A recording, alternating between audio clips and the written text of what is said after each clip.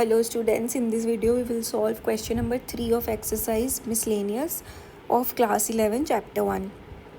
So यहाँ पे हमें given है that A, B and C are set such that A union B, ये हमें given है, given A union B is equals to A union C, ठीक है, and A intersection B is equal to A intersection C. We have to prove that B is equal to C.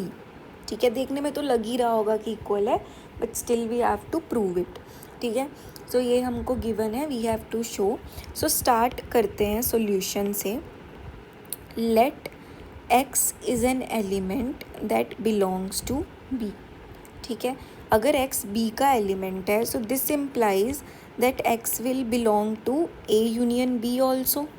ठीक है, क्यों? क्योंकि B के सारे elements जो हैं वो A यूनियन B में होंगे. ठीक है, so we will write because all elements of B are in A union B. ठीक है, ये हमने लिख दिया. फिर this further implies that x belongs to A union C also. ठीक है, क्योंकि ये दोनों इक्वल हैं. दो इक्वल सेट्स का मीनिंग क्या होता है? They have exact same elements. तो इसका रीज़न क्या है? That A union B is equal to A union C.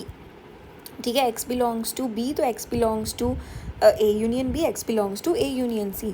अब यहाँ से हम दो कंक्लूजन निकाल सकते हैं.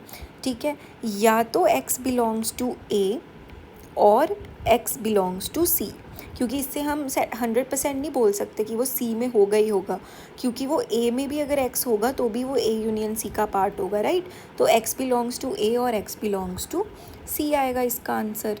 ठीक है, तो ये हो गया हमारा दो कंक्लूजन. तो इसको हम केस बनाएंगे आगे. Let's say that case 1 that x belongs to A, C को नहीं बिलोंग करता, x बिलोंग्स टू A. ठीक है, तो हमें गिवन है that x belongs to B also, right. Therefore अगर x A में है और x B में था तो x will belong to A intersection B. ठीक है, क्योंकि अगर x A में भी था और x B में भी है और x A इंटरसेक्शन B में भी होना ही चाहिए, बिकॉज A इंटरसेक्शन B में सारे कॉमन एलिमेंट्स होंगे. ठीक है, और अगर x A इंटरसेक्शन B में है तो x A इंटरसेक्शन C में भी होगा. क्यों? क्योंकि A intersection B is equal to A intersection C हमको क्वेश्चन में गिवन है. ठीक है, और अगर एक element A intersection B C में है, दैट मीन्स वो A में भी है और C में भी है, क्योंकि A इंटरसेक्शन C में तो वही एलिमेंट्स होंगे ना जो दोनों में कॉमन है. So this will imply that x belongs to C. ठीक है, और केस 2 में तो directly x belongs to C था. ठीक है, तो बेसिकली दोनों केसेस में हम एक ही कंक्लूजन पे पहुंचते हैं that x belongs to C. ठीक है, और अब अगर x B का पार्ट था, that means every element x that is in B will inevitably be in C also. ठीक है, तो मतलब B is a subset of C. ठीक है, इससे तो हमें B, क्योंकि हर एलिमेंट ऑफ B C में होगा ही, तो B C का सबसेट होगा. Similarly we can show that C is a subset of B. और अगर दो सेट्स एक दूसरे के सबसेट्स हैं तो दे आर इक्वल.